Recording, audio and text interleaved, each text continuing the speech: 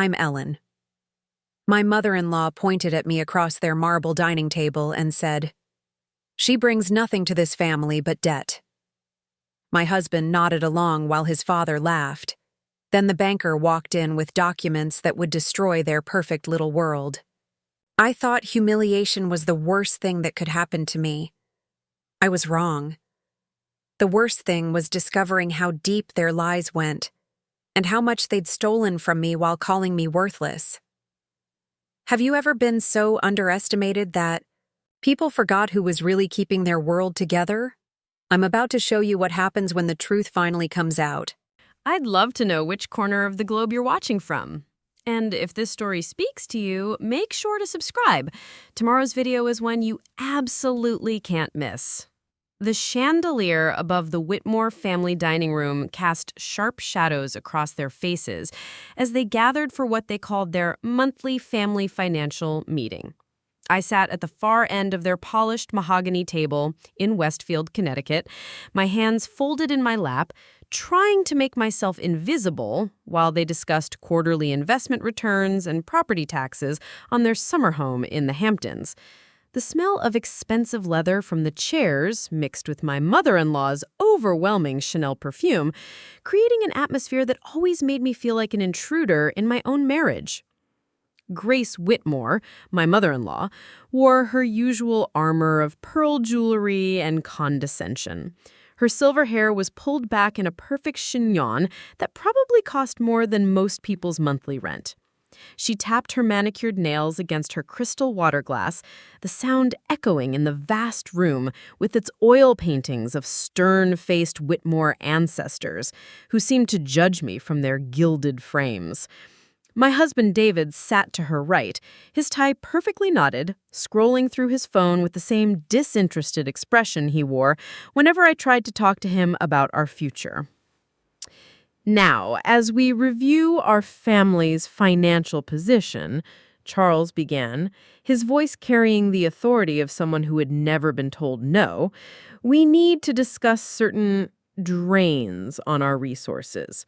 His eyes found mine across the table, and I felt my stomach clench. This was how it always started. The subtle accusations wrapped in concern, the implications that I was somehow responsible for any financial inconvenience they might be experiencing. Grace picked up a folder from beside her plate, opening it with theatrical precision. "Ellen, dear, we've been reviewing the household expenses, and frankly, some of the costs associated with your lifestyle are becoming quite concerning." She said lifestyle like it was a dirty word, her lips pursing as if she'd tasted something unpleasant. I knew exactly what she meant. The modest clothing I bought for my job at the local community center, the occasional lunch with friends, the small gifts I bought for nieces and nephews. All of it scrutinized, all of it deemed excessive by people who spent more on a single dinner party than I earned in 3 months. David finally looked up from his phone, but not to defend me. Instead, he nodded sagely, as if his mother had just shared some profound wisdom. "Mom's right, Ellen. We need to be more mindful of unnecessary spending." His voice carried that tone he'd developed over the years, the one that made me feel like a child being scolded rather than his wife of 7 years. I remembered when we first met, how he used to laugh at his family's pretensions, how he promised we'd build our own life separate from their influence. That version of David felt like a ghost now, replaced by this stranger who nodded along to his mother's criticisms without question. The monthly meetings had started 3 years ago, shortly after we moved into the guest house on the Whitmore estate. It was supposed to be temporary, just until we could afford our own place. But somehow, temporary had stretched into years.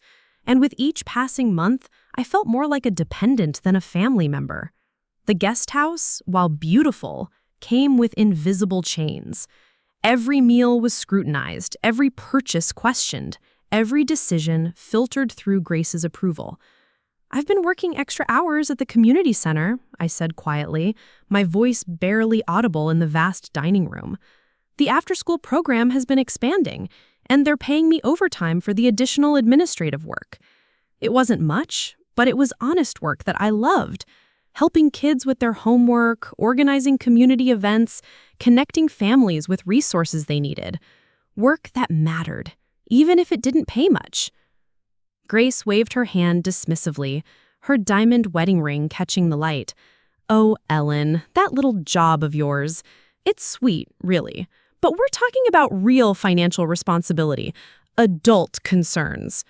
The way she said it made my chest tight with anger, as if helping struggling families navigate social services wasn't real work, as if the late nights I spent writing grant proposals and the weekends I volunteered at food drives were just hobbies to keep me occupied. Charles cleared his throat, shuffling through more papers. "The point is, Ellen, this family operates on certain principles: contribution, responsibility, mutual benefit. We invest in each other because we strengthen the family unit as a whole. But investments require returns. They require proof that our resources are being used wisely." I felt heat creeping up my neck. "What kind of proof?" I asked, though I already knew this was heading somewhere I didn't want to go. The Whitmores had a way of making their cruelty sound reasonable, wrapping their insults in the language of business and responsibility. Grace smiled, but there was no warmth in it. "Well, for instance, David's contribution to this family is clear. He's taken over the Eastern Seaboard accounts for the family business, increased profits by 15% this year alone. He's earned his place at this table, his voice in family decisions." She turned to me, tilting her head like a curious bird studying an insect. "What exactly do you bring to this family, Ellen?" The question hung in the air like smoke from a fire. I opened my mouth to respond, to list the ways I supported David, the household tasks I managed, the family events I helped organize. But Grace wasn't finished. "I mean, financially speaking, of course, what tangible value do you add to our family's prosperity?" Her tone was conversational, as if she was asking about the weather, but her eyes were sharp as knives. This wasn't a real question. It was a performance, designed to humiliate me in front of the family I'd tried so hard to belong to. David shifted uncomfortably in his seat, but said nothing. His silence was louder than any words. In that moment, I realized he'd known this was coming. They'd planned this, orchestrated this moment to put me in my place, to remind me that I was tolerated, not treasured. "I contribute in other ways," I said, my voice stronger now, despite the tremor I felt inside. "I take care of the house. I organize your social events. "Oh, sweetheart," Grace interrupted, her voice dripping with false sympathy. "We have staff for those things. What we're talking about is real contribution, financial partnership, the kind of investment that justifies the resources we've expended on you." Resources. She was talking about me like I was a failed business venture. I thought about the guest house, the family dinners I'd attended for 7 years, the clothes hanging in the closet that David had bought me because he said I needed to look the part. All of it tallied up in their minds like debt I could never repay. "The truth is," Charles said, folding his hands behind his back and pacing to the window that overlooked their manicured gardens, "we've been more than generous.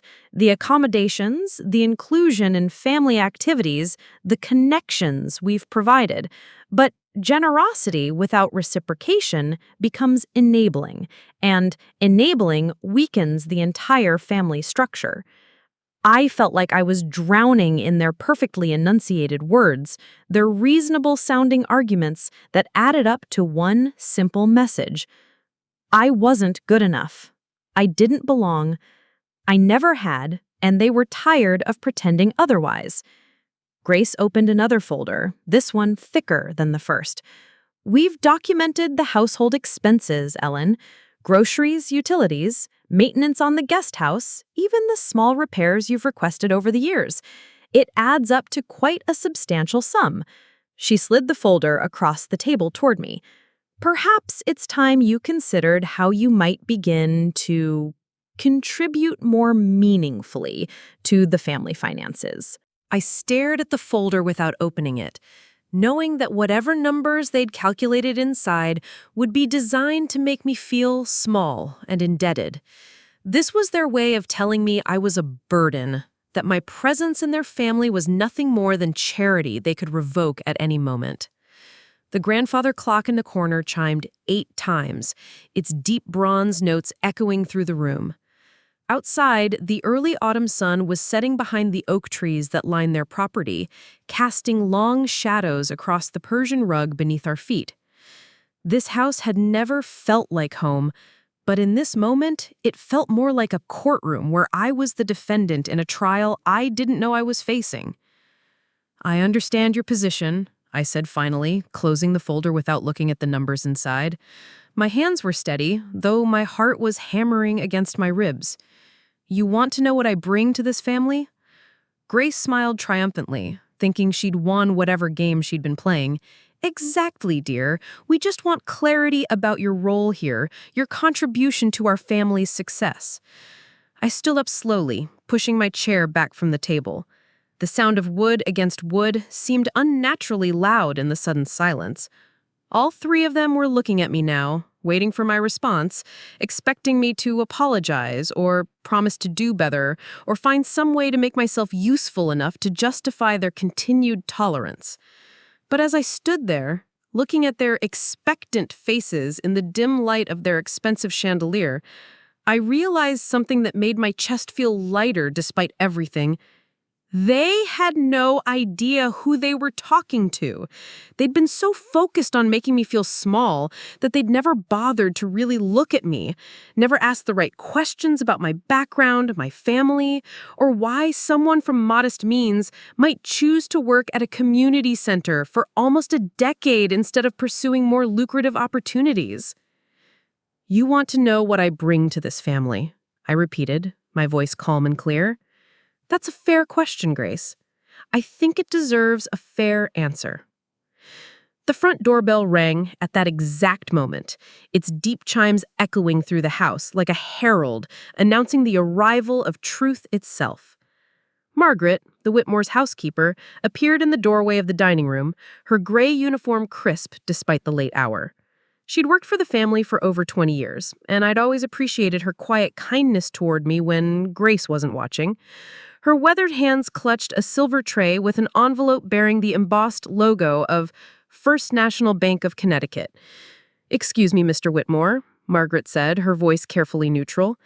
"This was just delivered by special courier. The gentleman said it was urgent and required immediate attention."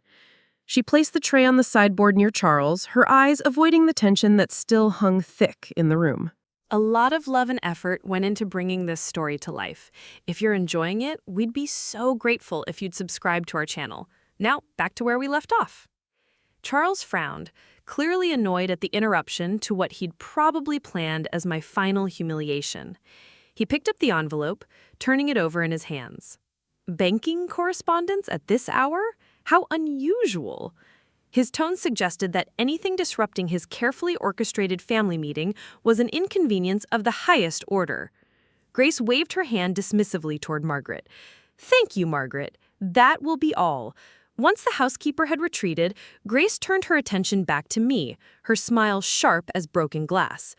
"Now, Ellen, you were about to explain your contribution to this family's prosperity.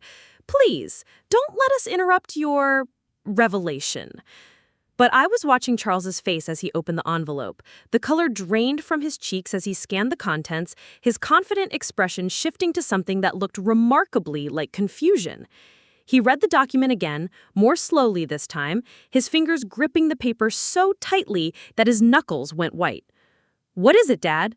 David asked, finally showing interest in something other than his phone.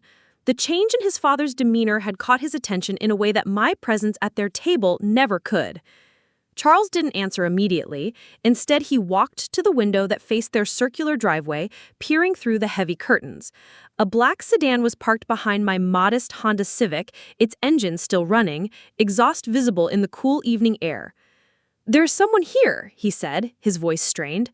"Someone from the bank." Grace's perfectly composed expression flickered for just a moment. "At this hour?" "Charles, what does that letter say?" Before he could answer, the doorbell rang again, longer this time, more insistent. The sound echoed through the house like a judgment bell, and I felt something shift in the atmosphere of the room. The confidence that had radiated from the Whitmores just moments before seemed to waver, replaced by something I'd never seen them before: uncertainty. Margaret reappeared, moving more quickly than her usual measured pace. "Mr. Whitmore, there's a gentleman here from First National Bank. He says he has an appointment with the family regarding urgent financial matters. He's quite insistent about speaking with everyone immediately." "We don't have any appointment scheduled," Grace said, her voice rising slightly. She looked at Charles for confirmation, but he was still staring at the letter in his hands, his face pale under the dining room's warm lighting. "I'll handle this," Charles said finally, straightening his tie with shaking fingers. "Some confusion at the bank, no doubt. These things happen with automated systems." But his voice lacked its usual authority, and I noticed he avoided looking directly at any of us. The sound of footsteps in the marble foyer grew closer, and Margaret's voice carried from the hallway. "Right this way, sir. The family is in the dining room." A man appeared in the doorway, tall and professionally dressed in a dark navy suit. He carried a leather briefcase and had the bearing of someone accustomed to delivering news that changed people's lives. His hair was silver at the temples, and his eyes held the patient authority of someone who'd spent decades navigating complex financial situations. "Good evening," he said, his voice resonating in the suddenly quiet room. "I'm Robert Chen, from First National Bank of Connecticut. I apologize for the late hour, but this matter couldn't wait until morning." His gaze swept across the room, taking in our frozen tableau, before settling on me with what looked like recognition. "Mr. Chen," Charles said, stepping forward with forced joviality. "I'm Charles Whitmore.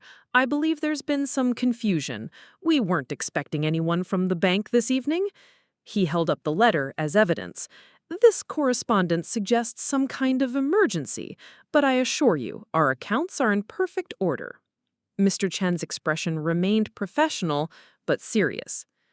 "Mr. Whitmore, I'm here regarding several significant financial instruments that have come to our attention, specifically instruments that appear to be directly connected to this property and your family's various holdings." He opened his briefcase, removing a thick folder. "May I sit down? This will require some explanation." Grace gestured to an empty chair, her movements mechanical. The supreme confidence she displayed while dissecting my supposed failures had evaporated, replaced by the rigid posture of someone trying to maintain control in a situation that was rapidly spiraling beyond their comprehension. Mr. Chen settled into a chair, placing the folder on the table in front of him. "I need to verify some information before we proceed. Mrs. Ellen Hartford, you are present, correct?" He looked directly at me, and I nodded, surprised that he knew my maiden name. I'd kept it professionally, something that had always annoyed Grace, though she'd never directly said so. "Ellen Hartford," Mr. Chen continued, consulting a document from his folder, "daughter of William and Patricia Hartford of Columbus, Ohio, granddaughter of Eleanor Hartford, who passed away 18 months ago." He paused, watching my face carefully. "Are these facts correct?" My throat felt dry, but I managed to speak. "Yes, that's correct. Eleanor was my grandmother." I hadn't talked much about my family with the Whitmores. They'd shown little interest in my background beyond their initial assessment that it wasn't impressive enough for their standards. David was looking at me strangely. "You never mentioned your grandmother died, Ellen. Why didn't you tell us?" The question stung because it revealed how disconnected we'd become. I had told him in a brief phone call while he was traveling for business. He'd offered perfunctory condolences and promised to attend the funeral, then called back an hour later to say he couldn't leave an important client meeting. I'd driven to Ohio alone, spent 3 days handling her affairs, and returned to Connecticut to find he'd barely noticed I was gone. "I did tell you," I said quietly. "You said you couldn't come to the funeral because of work." Grace made a dismissive sound. "Well, that explains why you were so distracted last year. Grief can be quite consuming." She said it was like grief was a weakness, an indulgence that people of proper breeding should handle more discreetly. Mr. Chen cleared his throat, drawing our attention back to him. Mrs. Hartford, your grandmother Eleanor was a client of our bank for over 40 years. She was also, it appears, a woman of considerable discretion regarding her financial affairs. He opened the folder wider, revealing documents that made Charles lean forward in his chair, trying to read them upside down. I'm not sure I understand, I said, though something deep in my stomach was beginning to flutter with a recognition I couldn't quite name. Grandma Eleanor had lived simply in her small house in Columbus, tending her garden and volunteering at the local library. She'd never mentioned money, never displayed wealth in any obvious way.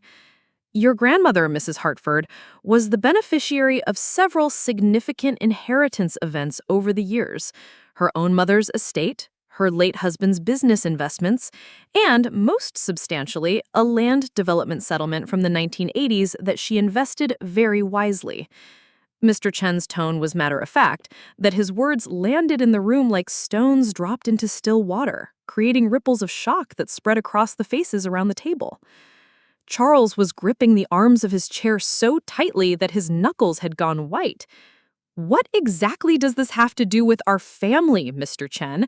This is all very interesting, but I fail to see the connection to tonight's discussion. Mr. Chen smiled, and for the first time since he'd entered the room, there was warmth in his expression. The connection, Mr. Whitmore, is that Eleanor Hartford established several financial instruments designed to support her granddaughter's future, instruments that have been quietly working in the background for some time now. Grace's voice was sharp with suspicion. What kind of instruments? Trust funds, investment accounts, and, most relevantly to tonight's conversation, several anonymous charitable contributions and property support payments. Mr. Chen pulled out a spreadsheet, placing it where we could all see it. Contributions that have been supporting various community organizations and, in some cases, private property maintenance and mortgage assistance. The silence in the room was deafening. I stared at the spreadsheet, my eyes scanning columns of numbers and dates that stretched back nearly 3 years. There were payments to organizations I recognized, including the community center where I worked, but also payments to addresses and account numbers I didn't immediately understand. "Alan," David said slowly, his voice strange and hollow, "what is he talking about?" But I was still staring at the numbers, my mind racing to process what I was seeing. The payments were substantial, far larger than anything I could have imagined my modest grandmother having access to. And they were recent, some as current as the previous month. Mr. Chen leaned back in his chair, watching our faces with the patience of someone who delivered similar revelations before. "Mrs. Hartford, your grandmother left specific instructions that these financial arrangements were to remain confidential until certain conditions were met. One of those conditions was that they should be revealed if anyone ever questioned your worthiness or contribution to your family situation." Grace made a strangled sound, somewhere between a gasp and a protest.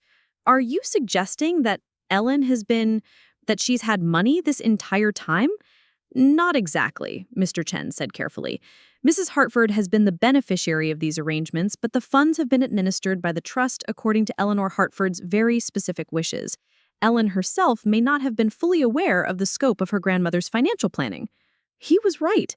I'd known Grandma Eleanor had left me something, but the lawyer in Ohio had made it sound modest, maybe enough to help with a down payment on a house someday.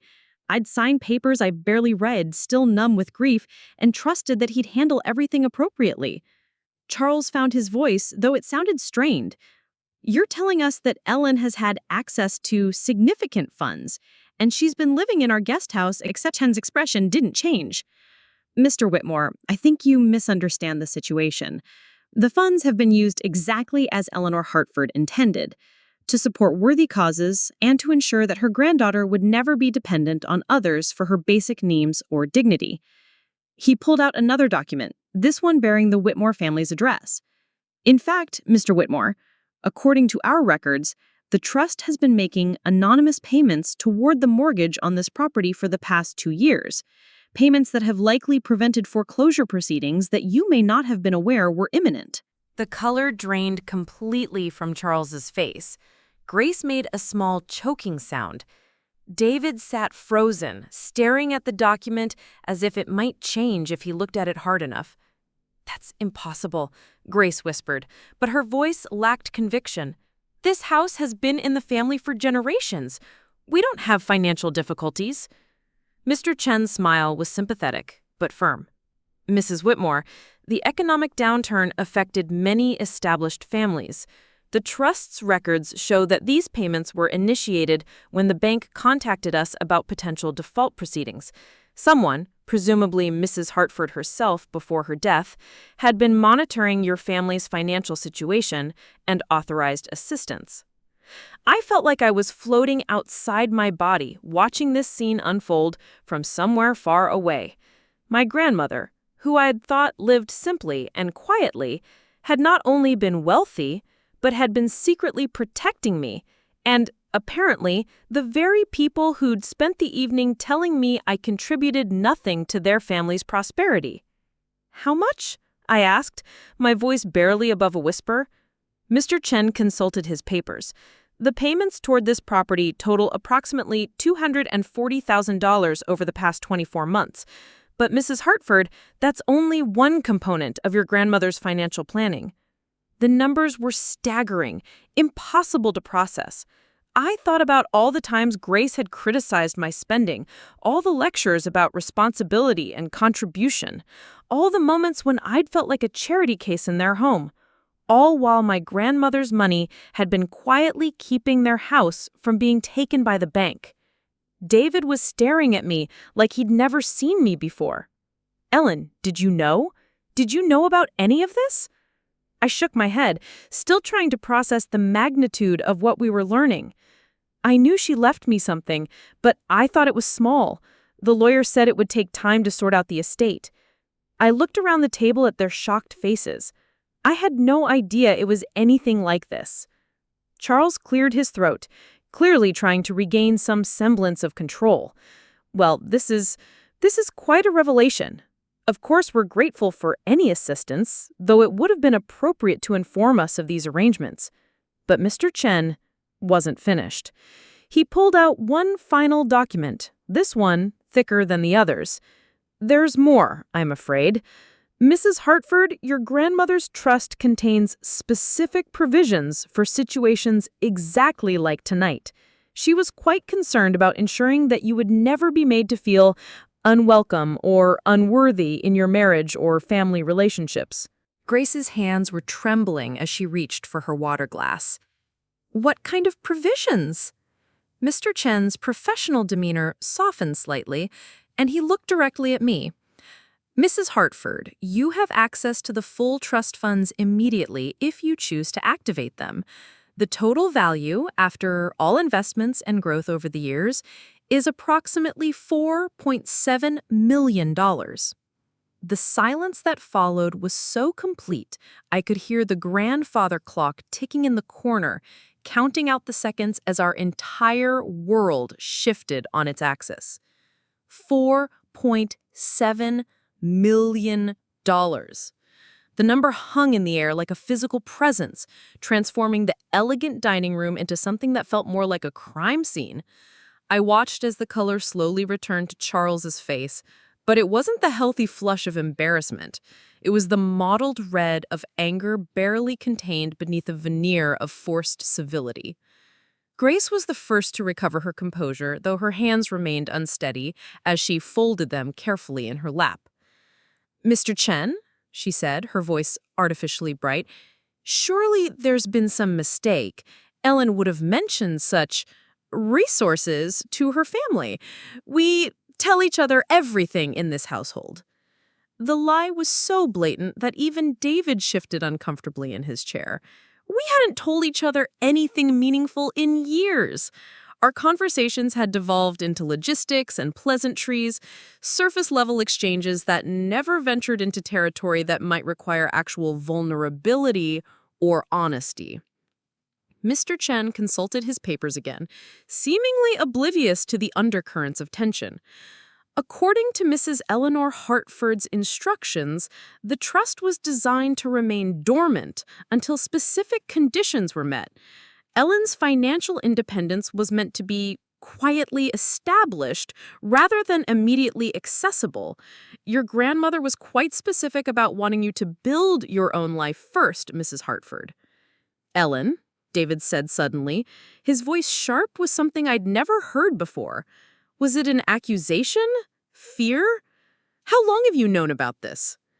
I looked at him, this man I'd shared a bed with for 7 years, and realized I was seeing a stranger.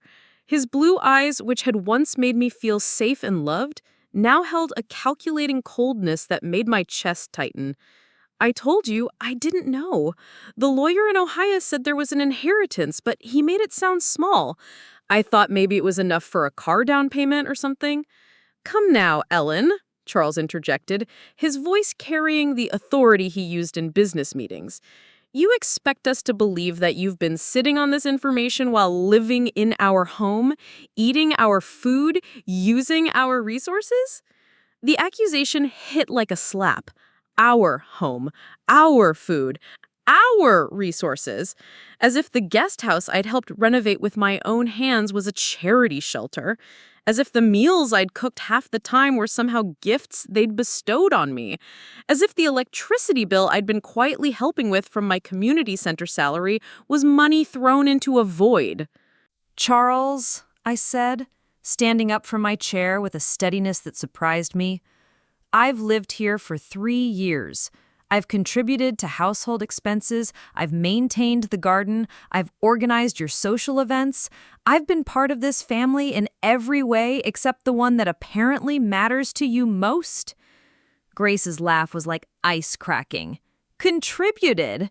Ellen, dear, your little job barely covers your personal expenses. The guest house alone costs more in utilities each month than you earn. But Mr. Chen was shaking his head, pulling out another document. Actually, Mrs. Whitmore, according to the Trust's records, there have been regular payments made to cover utilities, maintenance, and household expenses associated with Mrs. Hartford's residence here. The Trust has been covering approximately 70% of the costs you just mentioned. The silence that followed was deafening. I stared at Mr. Chen, my mind racing. My grandmother was paying for me to live here? Not exactly, he replied carefully. The trust was structured to ensure you wouldn't be financially dependent on anyone. Your grandmother was quite concerned about, power imbalances in relationships. She wanted to ensure that you always had the means to make choices based on love rather than necessity. David slammed his hand on the table, making the crystal glasses jump. This is insane. Ellen, you've been lying to us for 3 years. I haven't been lying.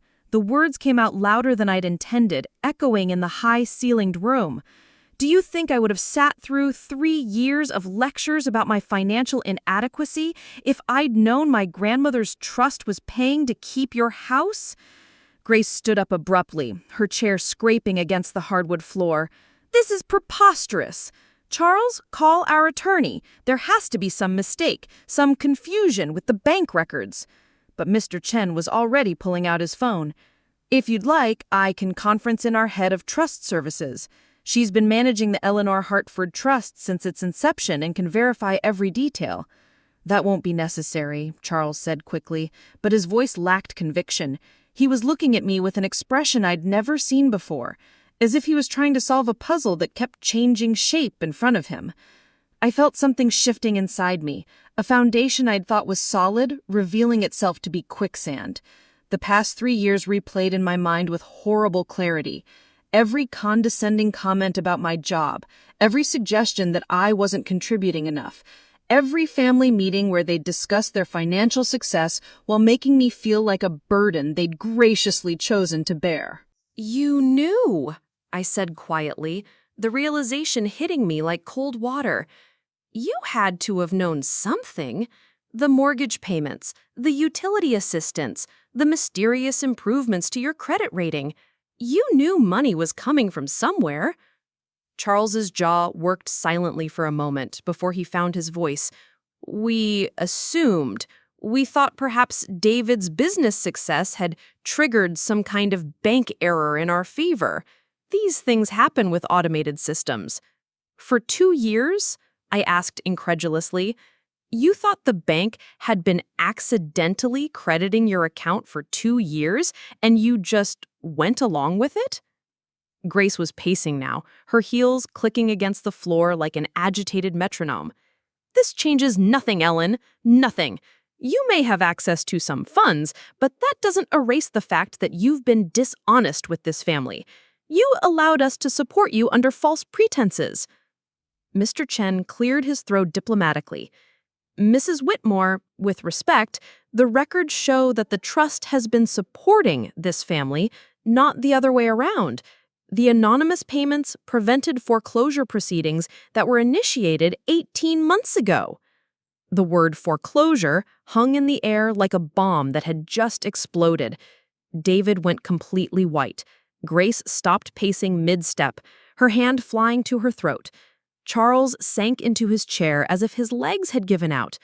That's impossible, Grace whispered. This house has been in the family for generations. We would never. Economic downturns affect everyone, Mrs. Whitmore, said Mr. Chen gently.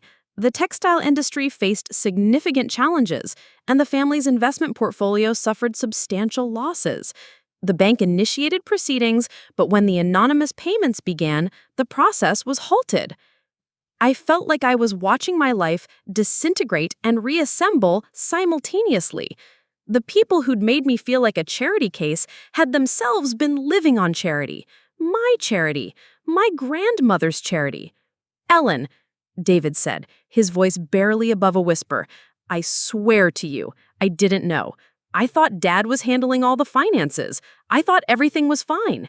But even as he said it, I could see the cracks in his story. The late-night phone calls he'd taken in another room, the documents he'd quickly shuffled away when I entered his office, the stress lines that had appeared around his eyes over the past year, which I had attributed to work pressure.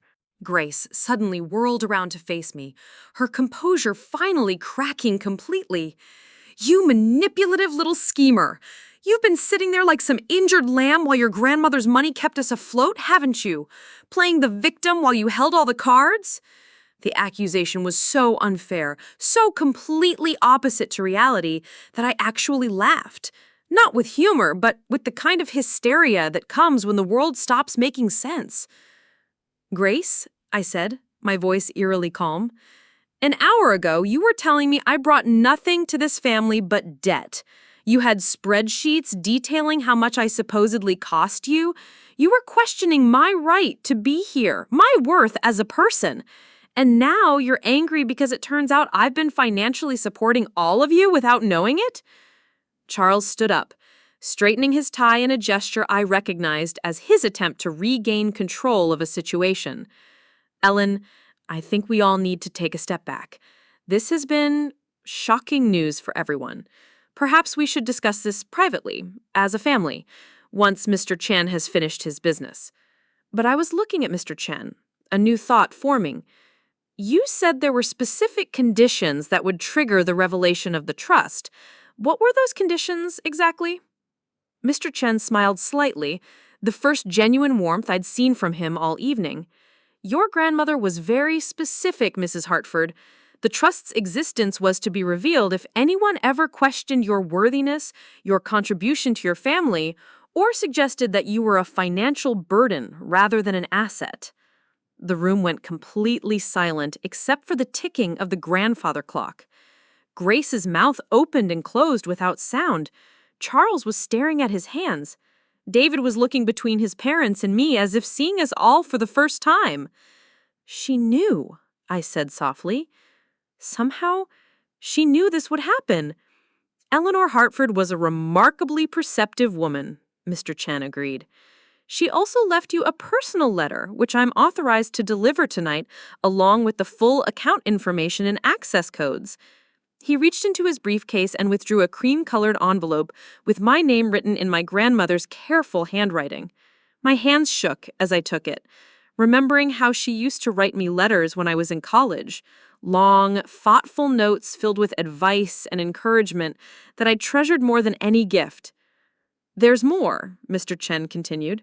"Mrs. Hartford anticipated that this revelation might create tension in your family relationships. The trust includes provisions for alternate living arrangements if you choose to exercise them. There's a property in Westport that's been held in trust for your use, fully furnished, all expenses covered, available immediately if you wish." Grace made a strangled sound. "You're trying to break up our family." "No, Mrs. Whitmore," Mr. Chen replied calmly. "I'm simply executing the wishes of a woman who loved her granddaughter very much and wanted to ensure she'd always have choices." I clutched the letter against my chest, feeling the weight of possibilities I'd never imagined. For 3 years, I'd felt trapped in this house, dependent on people who made me feel like a burden. Now I was learning that not only had I not been a burden, but I'd been their salvation without even knowing it. David reached for my hand, his fingers cold and trembling.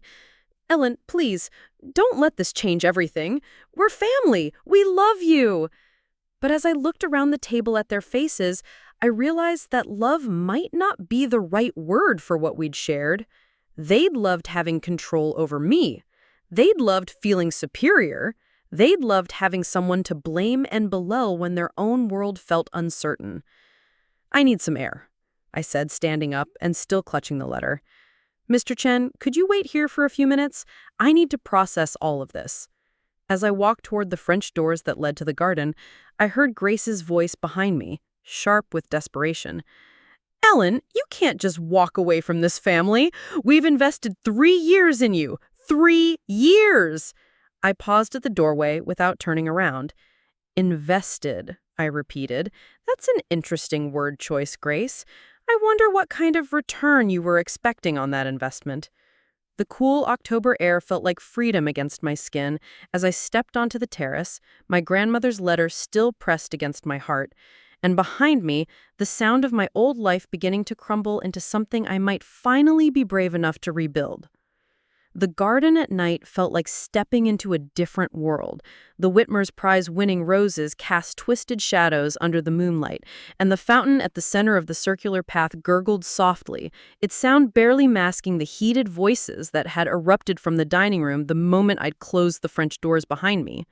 I walked to the stone bench beneath the old oak tree, my grandmother's letter still clutched in my trembling hands. The paper felt fragile, almost weightless, but it somehow contained more gravity than anything I'd ever held. Through the illuminated windows, I could see silhouettes moving frantically, gesticulating, David's hands flying through the air as he spoke animatedly to Mr. Chen, while Grace paced and Charles sat with his head in his hands. The October air carried the scent of dying leaves and the last stubborn chrysanthemums that Margaret tended with such care. I'd spent countless evenings in this garden over the past 3 years, finding solace among the carefully manicured flower beds when the house felt too suffocating. Now it felt like I was saying goodbye to the only peaceful corner of a life that had just exploded into fragments I couldn't begin to reassemble. My fingers traced my grandmother's handwriting on the envelope, Eleanor Hartford. Even her name carried a dignity that I'd somehow lost over the years of living here. I thought about the last time I'd seen her, 6 months before she died, when I'd driven to Columbus for her birthday. She'd made her famous apple pie, and we'd sat on her small back porch, talking about everything and nothing while fireflies danced in her modest backyard. "Ellen, sweetheart," she'd said that evening, her weathered hands folding mine, "promise me something. Promise me you'll never let anyone make you forget who you are." At the time, I'd thought it was just one of those things grandmothers say, general advice wrapped in love and concern. I'd assured her I was fine, that David's family was good to me, that I was building a life I was proud of. She'd looked at me with those sharp blue eyes that missed nothing and simply nodded. But I remembered now how her grip on my hands had tightened. The sound of the French doors opening made me look up. David stood in the doorway, backlit by the warm dining room lights, his silhouette uncertain. He approached slowly, as if I were a wild animal that might bolt if he moved too quickly. "Ellen," he said, settling onto the bench beside me without invitation, "we need to talk." I didn't respond immediately. Instead, I studied his profile in the moonlight, noting the tension around his eyes, the way his jaw worked silently as he searched for words. This was the man I'd fallen in love with 8 years ago at a coffee shop near Yale, where he'd been finishing his MBA and I'd been volunteering at a literacy program for adult learners. He'd been charming then, confident but not arrogant, interested in my work in ways that felt genuine. "What happened to us?" I asked quietly. He was silent for a long moment, staring at the fountain. "I don't know," he finally admitted. I think I got lost somewhere along the way. The business, the family expectations, the pressure to live up to the Whitmore name. I stopped seeing you and started seeing what my parents saw.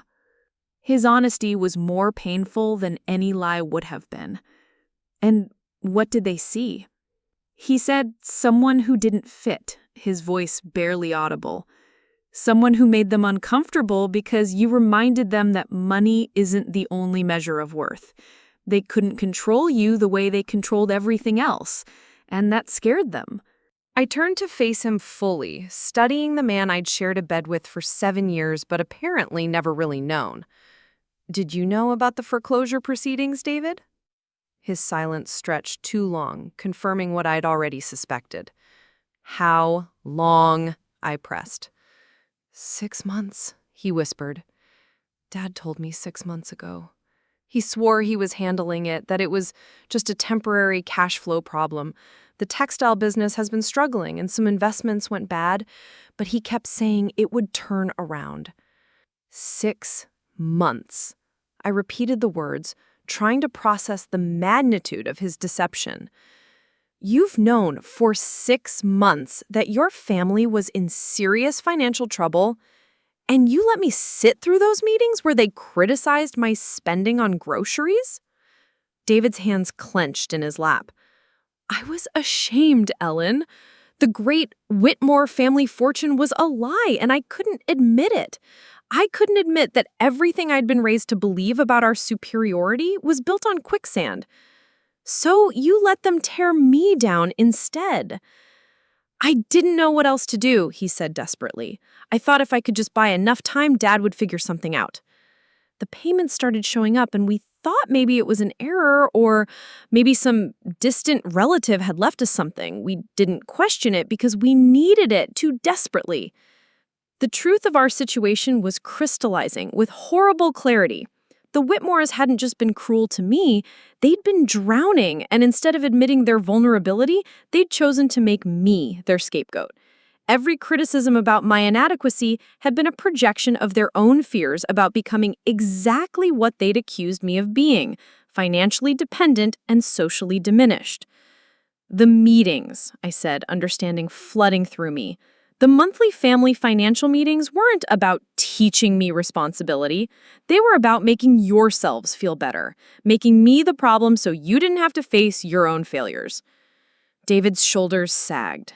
"God, Ellen, when you say it like that, it's what you did, David, what you all did. For 2 years, you let my grandmother's money save your house while you told me I was worthless." Through the windows, I could see that the conversation inside had grown more intense. Grace was pointing at Mr. Chen while Charles paced behind her. Whatever they were discussing, it didn't look friendly. "What are they saying in there?" I asked. David glanced toward the house. "They're trying to figure out how to manage this situation. Mom thinks there might be a way to contest the trust, to argue that Grandmother Eleanor was manipulated or coerced into setting it up." The callousness of the statement hit me like a physical blow. Contest it? David, my grandmother died 18 months ago. She set up this trust to protect me because somehow she knew I'd need protection from your family. I know how it sounds. Do you? I stood up abruptly, the letter crinkling in my grip. Because it sounds like your parents are planning to steal money from a dead woman rather than admit they've been living off her charity while treating her granddaughter like garbage." David reached for my arm, but I stepped away. "Ellen, please, don't let this destroy us. We can work through this. We can go to counseling. We can move out of here, start fresh somewhere else." I stared at him in the moonlight, this man who still didn't understand the fundamental truth of what had happened. "David, there is no us. There hasn't been an us for years. You chose your parents over me every single time it mattered. Tonight was just the final proof." "That's not fair," he protested. "I love you." "No," I said firmly. "You love the idea of me. You love having a wife who doesn't threaten your parents' worldview, who makes you look like a good person without actually requiring you to be one. You love me the way someone loves a pet, as long as I'm convenient and don't cause problems." The truth of my own words hit me with devastating force. It was convenient. I'd been the perfect victim for their psychological games, someone with no apparent resources to fight back, no family wealth to give me independence, no obvious options if they decided I was no longer welcome. "Ellen, please. That's not true. I know I've made mistakes. But your mother spent this evening telling me I brought nothing to this family but debt. You sat there and nodded along. You didn't defend me. You didn't question her math. You didn't even ask to see the evidence of these supposed expenses I was racking up. You just accepted that I was the problem." David was quiet, staring at his hands. "Do you know what the worst part is? I started to believe them.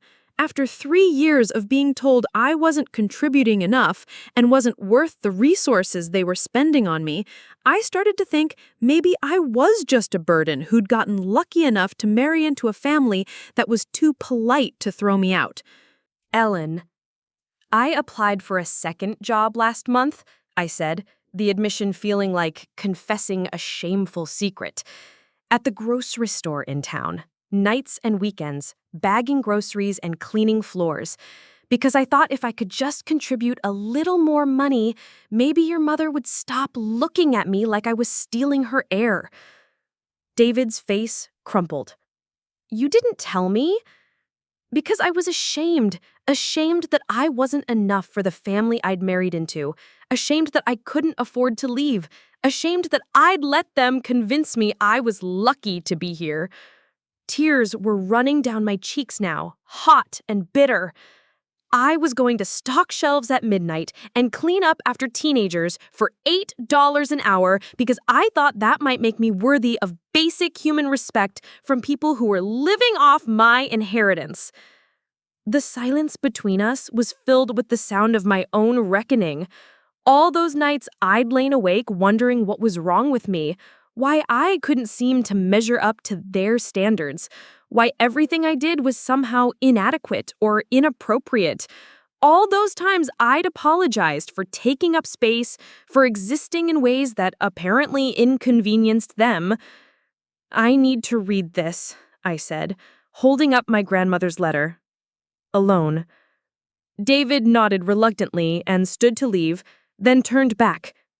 "Ellen, whatever that letter says, whatever you decide about the money, please don't let this be the end. We can fix this. We can fix us." But as he walked back toward the house, I realized there was nothing to fix. You can't repair something that was never actually built. Our marriage had been a facade, as artificial as his family's financial stability, held together by my willingness to accept less than I deserved and his comfort with letting me do so. I opened my grandmother's letter with trembling fingers, unfolding 3 pages of her careful handwriting.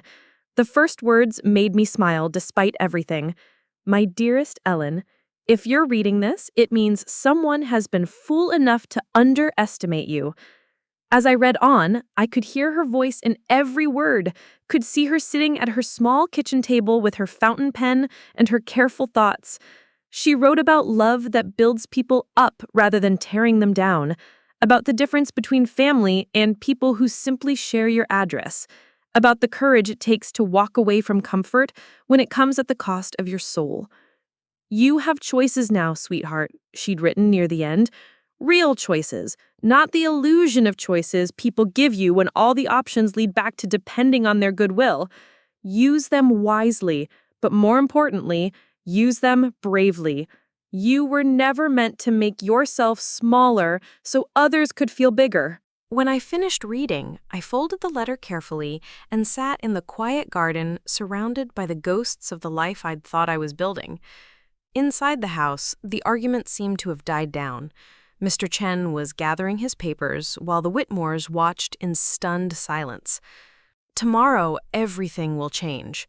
Tonight, I was alone with the weight of choices I'd never imagined I'd have to make, holding the words of a grandmother who'd somehow known exactly what kind of courage I'd need to find. The moon was high and bright above the oak tree, casting everything in silver light, and for the first time in 3 years, I felt like I was exactly where I belonged, on the edge of something new, something entirely my own. When I finally walked back into the dining room, the atmosphere had shifted dramatically. Mr. Chen was still seated at the table, but now he had multiple files spread before him, each marked with different colored tabs. Grace sat rigidly upright in her chair, her face pale but her jaw set with determination. Charles paced behind her, occasionally stopping to peer over Mr. Chen's shoulder at the documents, while David hovered near the window like he was contemplating escape. "Ah, Mrs. Hartford," Mr. Chen said warmly as I entered. "I hope you found your grandmother's letter helpful. She was quite insistent that you receive it at exactly this moment." I nodded, slipping the letter into my jacket pocket. She always did have impeccable timing. Grace's voice cut through the air like a blade.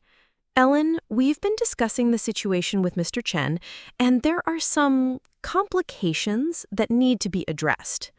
I took my seat at the table, noting how the dynamic had shifted. Where before I'd felt like the defendant, now there was a wariness in their eyes when they looked at me, as if I'd transformed from harmless to dangerous in the space of an hour. "What kind of complications?" I asked. Mr. Chen adjusted his glasses, consulting one of his files. "Mrs. Hartford, your grandmother was remarkably thorough in her planning. The trust she established has multiple layers, and we've only discussed the first one. There are additional provisions that activate based on certain circumstances." Charles stopped pacing, his attention snapping to Mr. Chen. "Additional provisions?" "Yes. Mrs. Eleanor Hartford anticipated various scenarios that might arise after her death. She was particularly concerned about ensuring her granddaughter's complete financial independence and," he paused, glancing around the table, "protection from manipulation or coercion." Grace leaned forward, her fingers drumming against the table. "What exactly does that mean?" Mr. Chen pulled out a thick document bound with a blue cover. "It means that if anyone attempts to contest the trust, or if Mrs. Hartford is subjected to financial or emotional pressure regarding these funds, additional assets are automatically released from a secondary trust." The room fell silent, except for the grandfather clock's steady ticking. I stared at Mr. Chen, trying to process what he was saying. "How additional?" David asked quietly. Mr. Chen consulted his papers. "The secondary trust contains approximately $8.3 million, plus several properties, including commercial real estate in Hartford, Boston, and Manhattan. There's also a portfolio of blue-chip stocks that have performed exceptionally well over the past decade." I felt like the floor had disappeared beneath my feet. 12.7 million total? Approximately 13.1 million, when you factor in the accumulated interest and dividends, Mr. Chen confirmed. But there's more. The trust includes detailed documentation of all financial transactions related to your living situation here, including the mortgage payments, utility assistance, and property maintenance funds that have been keeping this estate operational. Charles made a strangled sound. "Operational?" This house has been in our family for 3 generations." Mr. Chen's expression remained diplomatically neutral. "Mr. Whitmore, according to our records, without the trust's intervention, foreclosure proceedings would have been completed 14 months ago. The estate would have been sold at auction." Grace's hands were trembling as she reached for her water glass. "You're saying Ellen's grandmother bought our house?" "Not exactly," Mr. Chen replied. "The trust prevented the sale by bringing the mortgage current and maintaining payments. Legal ownership hasn't been transferred, but," he pulled out another document, "there are provisions for ownership transfer if certain conditions are met." My head was spinning. What conditions? "If you are forced to leave this property due to hostile treatment, or if anyone attempts to claim ownership of trust assets, or if you face legal challenges regarding your right to these funds." Mr. Chen looked directly at me. "Essentially, your grandmother created a system that punishes anyone who tries to harm or manipulate you financially." David was staring at his parents with dawning horror. "Mom, Dad, please tell me you haven't been discussing legal challenges with your attorney." The guilty silence that followed was answer enough. Grace cleared her throat, attempting to regain her composure. "We simply wanted to understand our options. This is all very sudden and complicated." But Mr. Chen was shaking his head, pulling out his phone. "I'm afraid it's too late for that, Mrs. Whitmore. As of 47 minutes ago, when I confirmed that Mrs. Hartford had been subjected to statements questioning her worthiness and financial contribution, the secondary trust provisions were automatically triggered." "What does that mean?" Charles demanded. Mr. Chen showed us his phone screen, displaying a series of notifications. "It means that, as of tonight, Mrs. Ellen Hartford has full legal claim to this property, in addition to all liquid assets in both trusts. The mortgage has been paid in full from trust funds, and the deed is being prepared for transfer." The silence that followed was so complete, I could hear my own heartbeat. Grace's face had gone ashen. Charles gripped the back of his chair so tightly his knuckles were white. David was staring at me as if I'd suddenly grown wings. "Ellen," Grace whispered, "you can't let this happen. This house, it's David's inheritance. It's been in the family for generations." I looked around the table at their stricken faces, remembering all the times they'd made me feel like an intruder in what I now apparently owned. "Grace, 3 hours ago, you were telling me I brought nothing to this family but debt. You had spreadsheets documenting how much of a burden I was. Now you want me to protect David's inheritance." Charles found his voice, though it came out rough and desperate. "Ellen, surely we can work something out. Some arrangement that benefits everyone. Your family, after all." Family. The word that had been weaponized against me for 3 years was now being offered like an olive branch. Mr. Chen cleared his throat diplomatically. "There are additional elements to discuss. Mrs. Hartford, your grandmother also established what she called justice provisions within the trust." "Justice provisions?" I repeated. "Documentation of financial abuse, records of psychological manipulation, evidence of deliberate misrepresentation of your financial situation." Mr. Chen pulled out a folder I hadn't seen before. "Your grandmother hired a private investigation firm to monitor your treatment here. She has extensive records." David's face went pale. "What kind of records?" Mr. Chen opened the folder, revealing photographs, audio transcripts, and financial documents. Recordings of family meetings where Mrs. Hartford was criticized for expenses that were actually being covered by the trust. documentation of statements made about her supposed financial inadequacy while she was unknowingly preventing your family's bankruptcy. Evidence of deliberate emotional manipulation designed to make her feel financially dependent. Grace stood up abruptly, knocking over her water glass. "This is absurd. Ellen is our daughter-in-law. We've treated her with nothing but kindness."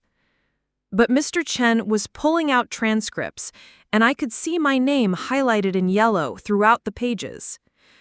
"These are from tonight's dinner conversation, Mrs. Whitmore. Audio recorded through security systems that were installed and maintained with trust funds." He read from the transcript in his calm, professional voice. "Don't bring home someone else's kid just because you can't have your own. She brings nothing to this family but debt. Some people shouldn't take in kids they can't afford." I stared at the papers, realizing the full scope of my grandmother's planning.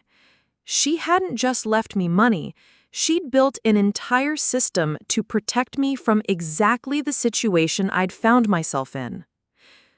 "She knew," I said softly. "She knew what kind of people you were."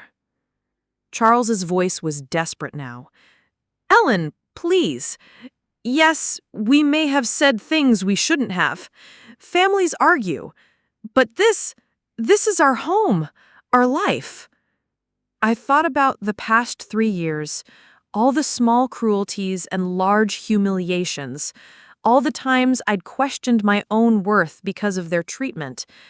Then I thought about my grandmother, sitting in her small house in Ohio, worrying enough about me to create this elaborate protection system. "Mr. Chen," I said, my voice steadier than I felt, "what exactly are my options?" He consulted his notes.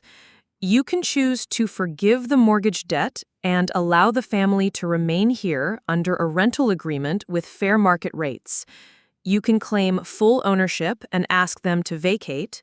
You can sell the property and split proceeds according to various formulas outlined in the trust.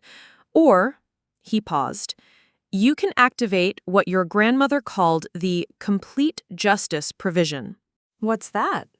Full ownership transfer plus financial compensation for 3 years of documented psychological abuse, plus legal fees for any challenges to the trust, plus punitive damages as outlined in Connecticut emotional distress statutes. Mr. Chan looked around the table. The total would be approximately $17 million in assets and damages. Grace sank back into her chair as if her legs had given out. $17 million? Your grandmother was quite thorough, Mrs. Hartford. She wanted to ensure that anyone who treated you poorly would face proportional consequences. I looked around the table at these people who had shaped 3 years of my life, who had made me doubt my worth, who had taken my grandmother's charity while calling me a burden. The power to destroy them was literally in my hands, gift-wrapped by a woman who had loved me enough to anticipate their cruelty. "I need time to think," I said finally. David reached across the table toward me. "Ellen, please, whatever you decide, about the money, about the house, please don't let this destroy us completely. We made mistakes, terrible mistakes, but we're still family." I looked at his outstretched hand, remembering all the times he'd failed to reach for me when it actually mattered. "David," I said quietly, "we stopped being family the first time you let them tear me down and said nothing. Everything since then has just been us pretending otherwise." Mr. Chan began gathering his papers. "Mrs. Hartford, you don't have to make any decisions tonight. The trust funds are available to you immediately, but the property transfers and other provisions can wait until you've had time to consider your options. I'll be in touch tomorrow with account information and access codes." As he prepared to leave, Grace made one last desperate attempt. "Alan, surely your grandmother didn't intend for this to break up a family. She must have wanted you to be happy, to work things out with the people who love you." I thought about my grandmother's letter, still tucked in my pocket, about her words regarding the difference between family and people who share your address. "Grace," I said, standing as Mr. Chan gathered his briefcase, "my grandmother left me choices, real choices, For the first time in 3 years, I get to decide what happens next based on what I want, not what other people think I deserve. As Mr. Chen reached the doorway, he turned back with one final piece of information. Mrs. Hartford, there's one more thing your grandmother wanted you to know.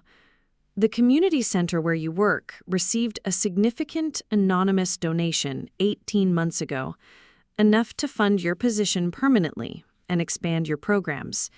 That was also from the trust. The final piece of the puzzle clicked into place. Even my job, my sense of purpose and independence, had been quietly supported by my grandmother's planning. She'd ensured I would have meaningful work, financial security, and now, complete freedom to choose my own path.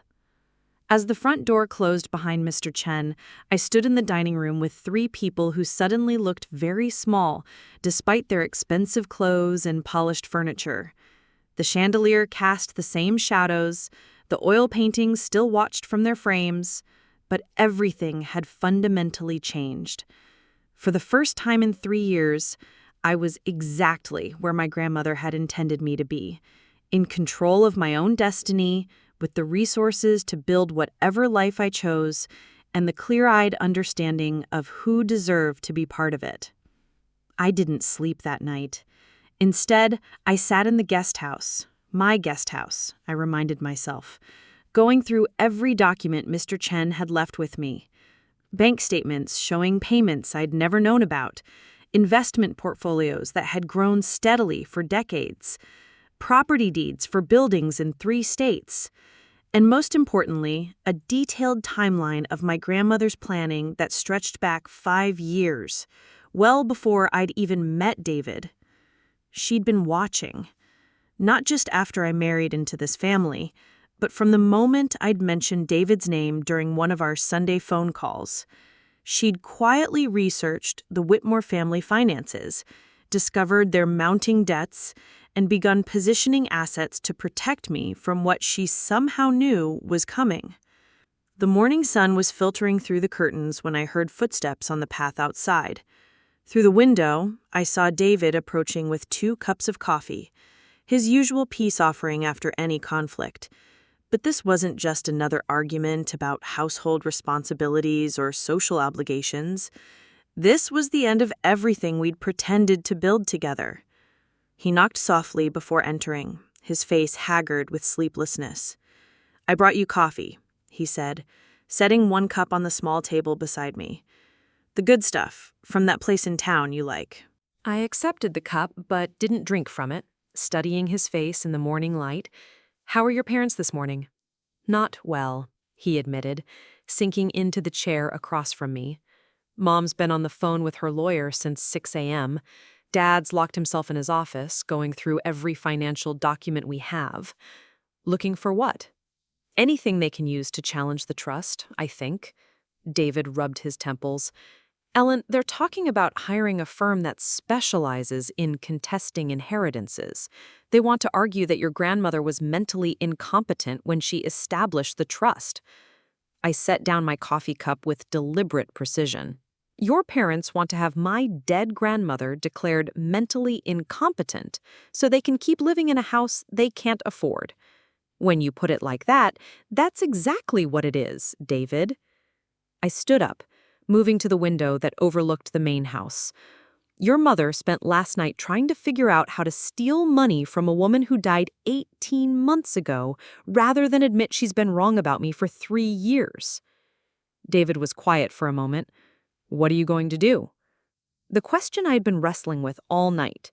My grandmother had given me the power to destroy them completely, but she had also raised me to be better than they were. The real test wasn't whether I had the means for revenge, but whether I had the character to rise above their level. "I'm going to give them a choice," I said finally, "the same kind of choice they gave me all those nights when they questioned my worth at this table." An hour later, I walked into the main house for what I knew would be our final family meeting. Grace sat at her usual place at the dining table, but her perfect composure had cracked. Her makeup couldn't quite hide the dark circles under her eyes, and her hands shook slightly as she lifted her coffee cup. Charles paced by the windows, occasionally barking instructions into his phone to lawyers who probably wouldn't call him back. Margaret was setting out the usual Sunday brunch spread, but the atmosphere couldn't have been more different from those monthly meetings where they dissected my failures.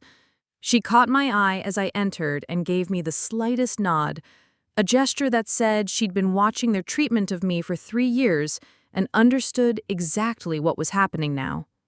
"Ellen," Grace said with forced brightness, "I'm so glad you're here. We need to discuss this situation like reasonable adults." I took my seat at the far end of the table, the same place I'd occupied through dozens of humiliating conversations about my inadequacies. But today, the power dynamic had shifted so completely that even the furniture seemed different. "I've made some decisions," I announced, pulling out the folder of documents Mr. Chen had left with me. Charles ended his phone call abruptly and joined us at the table. "Ellen, before you say anything, I want you to know we've been thinking about this all night. We realize we may have been harsh in some of our assessments of your contribution to this family." "Harsh," I repeated the word, tasting its inadequacy. "Is that what we're calling it?" Grace leaned forward, her voice taking on the syrupy tone she used when she wanted something. "Sweetheart, families say things in the heat of the moment that they don't really mean. We've all been under tremendous stress with the business challenges, and perhaps we took some of that frustration out on you unfairly." "Perhaps," I said dryly. David cleared his throat. "Ellen, we want to make this right. Whatever we need to do to fix our relationship, to show you how much we value you as part of this family." I opened the folder and spread the documents across the table between us. Property deeds, trust agreements, financial statements, and the transcripts of their recorded conversations about my supposed worthlessness. "These are my options," I said, pointing to different sections of the paperwork. "Option 1. I claim full ownership of this property immediately. You have 30 days to vacate. I keep all $13 million in trust funds, plus punitive damages for emotional distress." Grace made a small choking sound. "Option 2, I forgive the mortgage debt, allow you to remain here under a rental agreement at fair market rates, approximately $8,000 per month, and we all pretend to be a happy family while you pay me to live in what was once your home." Charles was reading over the documents, his face growing paler with each page. "Ellen, surely there are other alternatives, some kind of compromise that works for everyone." "Option 3, I continued, I take a middle path. I claim ownership, but sell the property to you at current market value, $4.2 million. You can get a new mortgage based on your actual financial situation, and I will disappear from your lives completely." $4.2 million? David's voice cracked. "Ellen, we don't have that kind of money." "No," I agreed. "You don't. Which brings me to option 4. I pulled out the final document, the one I'd spent all night preparing with help from an attorney I'd called at dawn. "I keep the house and all trust funds.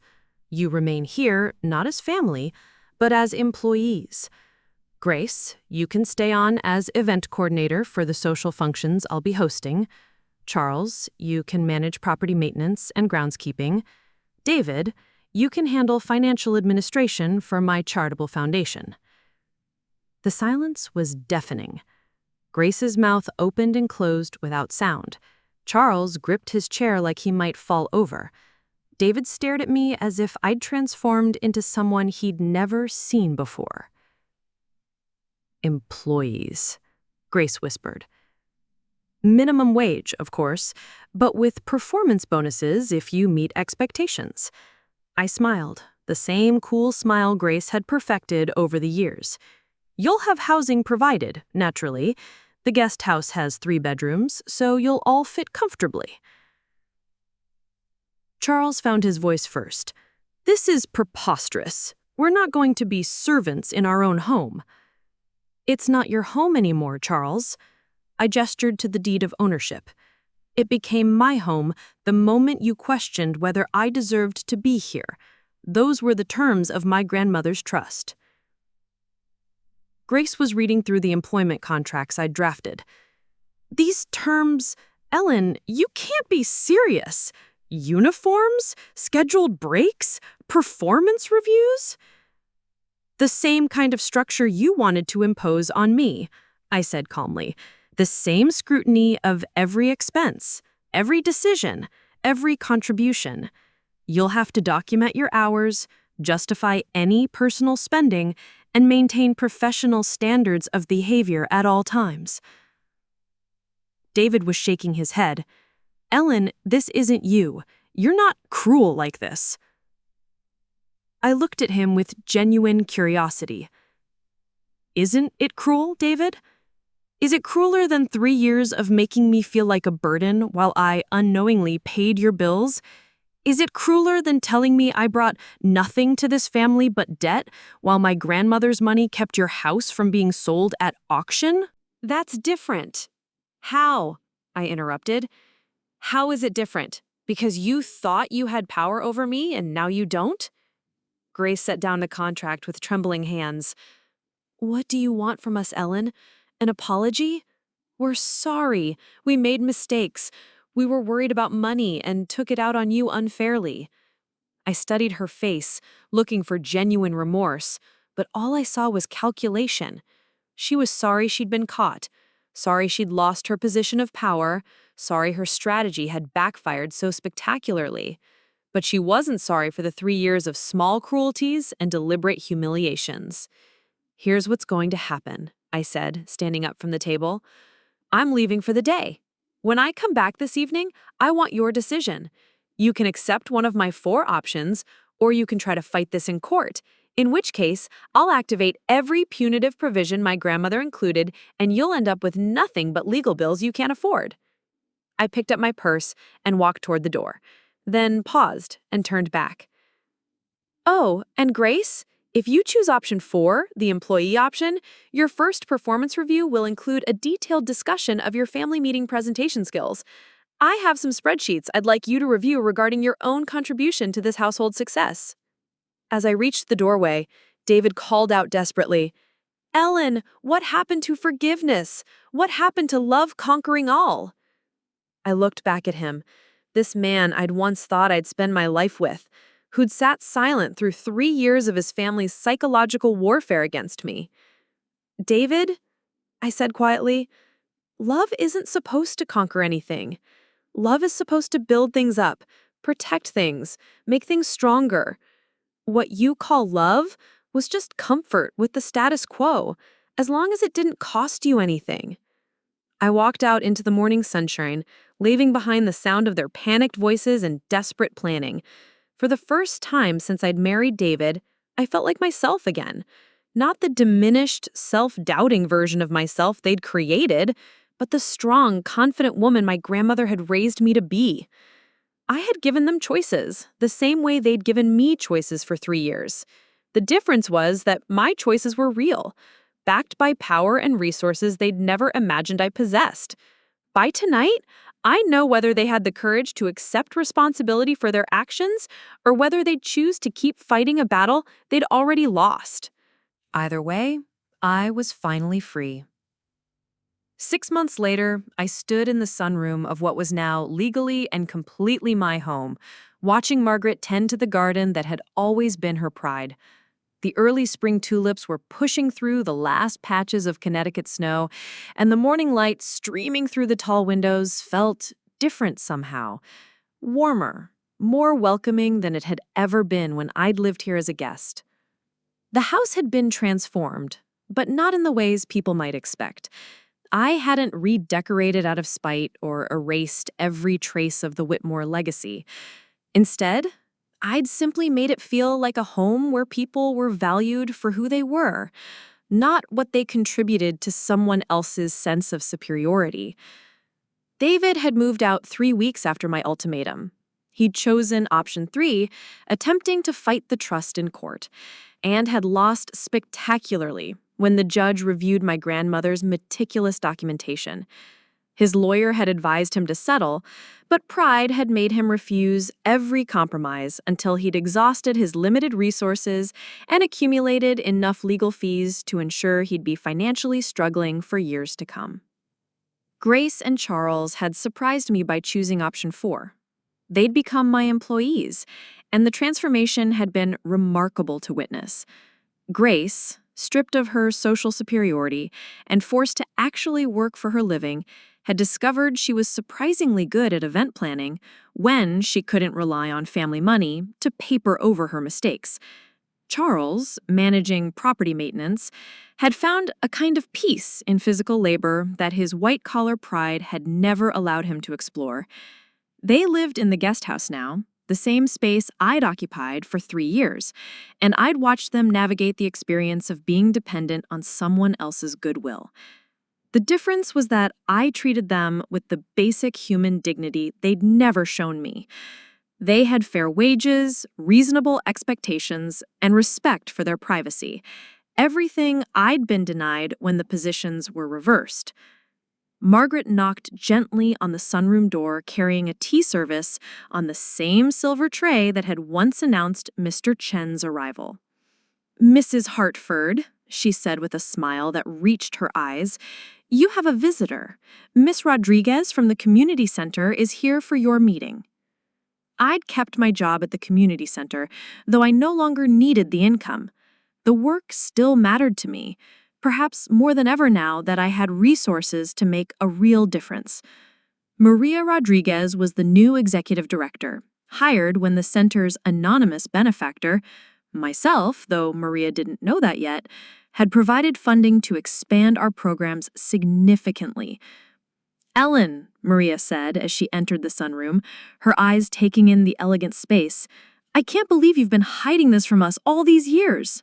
I poured tea into delicate china cups, remembering all the times Grace had made pointed comments about my little job and its modest salary. I wasn't hiding it exactly, it just never seemed relevant to the work we were doing. Maria accepted her cup with barely concealed awe. "Not relevant? Ellen, do you realize what this means for our programming? Having someone with your resources actively involved could transform everything we're able to accomplish." She was right, of course. I'd spent the past 6 months quietly revolutionizing the community center's capabilities. The after-school programs now had dedicated tutoring spaces, new computers, and a library that could rival many schools. The adult education classes had expanded to include job training in high-demand fields. The food assistance program had grown to serve 3 times as many families. "I've been thinking about something," I said, settling into my chair with my tea. "What would you say to opening a second location? Maybe something focused specifically on financial literacy and small business development." Maria nearly choked on her tea. "A second location?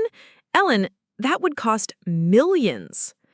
Yes, I agreed mildly. It would. The conversation that followed laid out plans that would have seemed impossible just months before.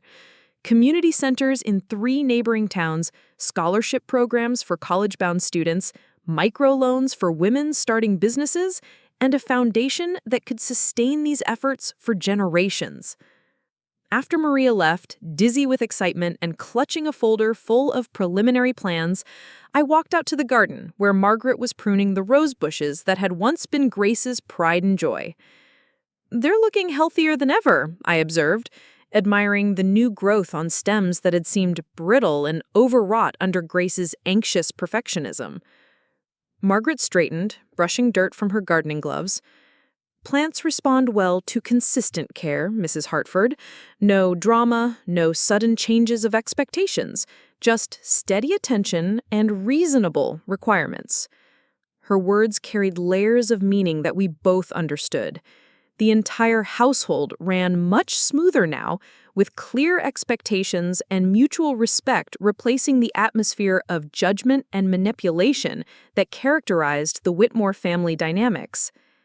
"How are they adjusting?" I asked, nodding toward the guest house where Grace and Charles were having lunch after Charles finished his morning work on the property's drainage system. Better than I expected, Margaret admitted. Mrs. Grace complained for the first month, but she stopped mentioning the old days. Mr. Charles seems almost relieved, if that makes sense, like he'd been carrying a weight he can finally put down. It did make sense. The pressure of maintaining appearances, of living beyond their means while pretending everything was fine, had been crushing them all. Now they had honest work, fair wages, and no pretense to maintain. For people who'd spent decades worrying about their social standing, the freedom from those expectations had proved unexpectedly liberating. That evening, I was in my study, formerly Charles's office, when Grace knocked on the door. She'd requested a meeting to discuss the upcoming charity gala she was planning, the first major event she'd organized under the new arrangement.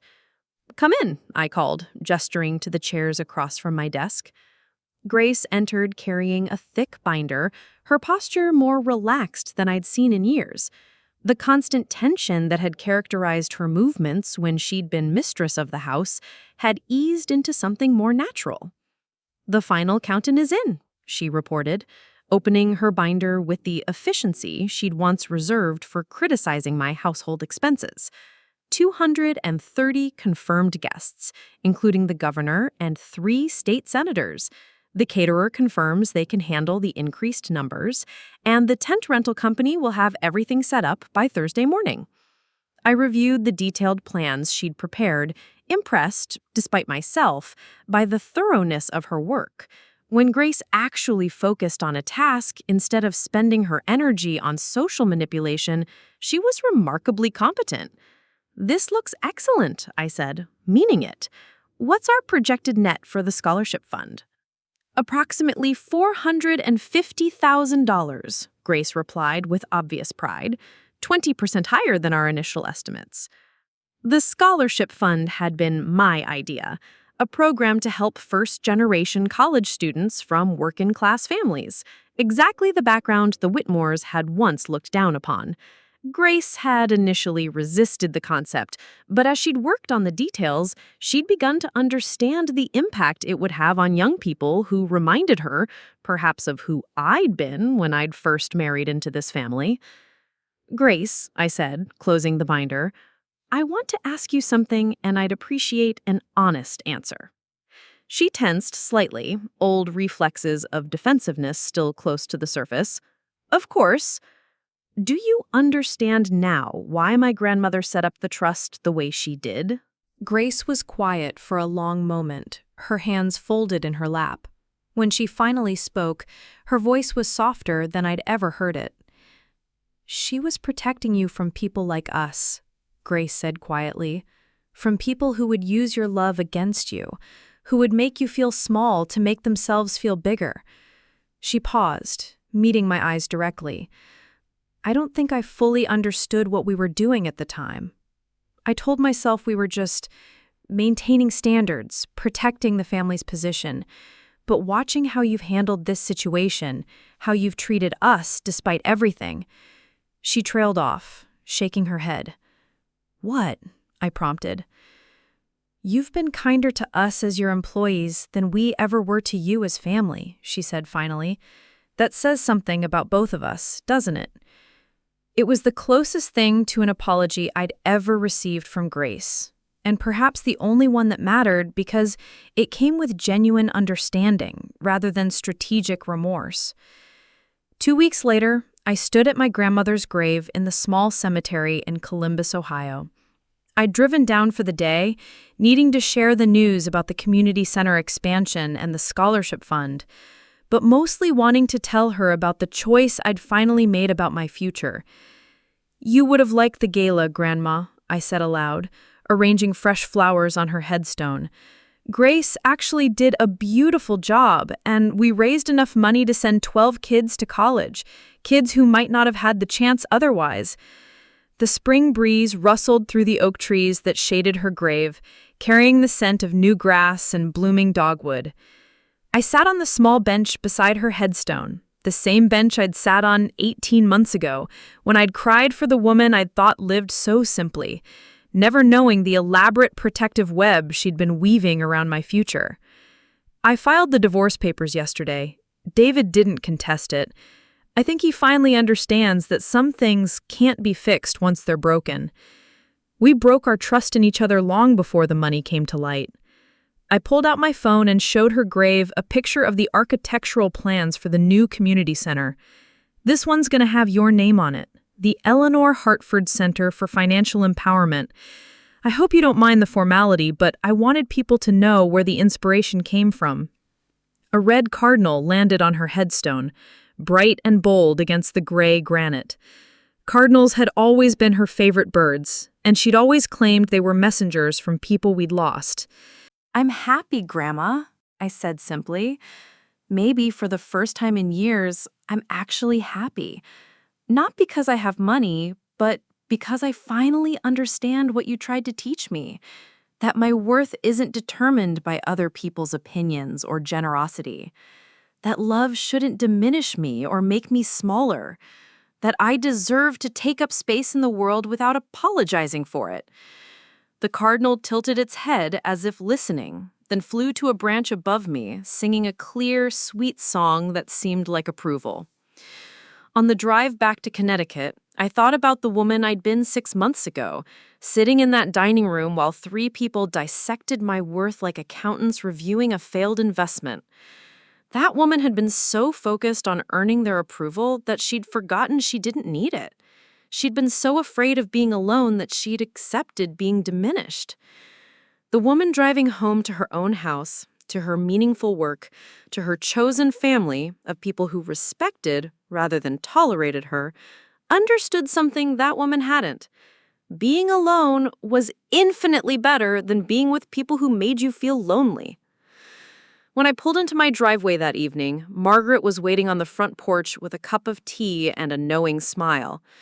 "How is your grandmother?" she asked, as if Eleanor were simply a friend I'd visited rather than a woman who'd been dead for 2 years. Proud, I think, and probably not at all surprised by how everything turned out. As we sat together on the porch, watching the sunset over the garden that was finally blooming freely under Margaret's patient care, I realized my grandmother had given me something more valuable than money or property. She'd given me the power to write my own story, to define my own worth, and to choose my own family based on love rather than obligation. The Whitmore name was fading from the mailbox, weathered by seasons of change. Soon it would be completely gone, replaced by Hartford in simple, honest letters. But the real transformation wasn't in the name on the mailbox or the deed in the county records. The real transformation was in the woman who now understood that she'd never needed anyone's permission to take up space in the world and never would again. Looking for more? We've got 2 amazing stories ready for you right on screen.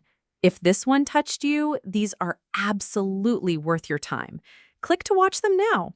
And hey, subscribe and hit that bell to never miss our latest uploads.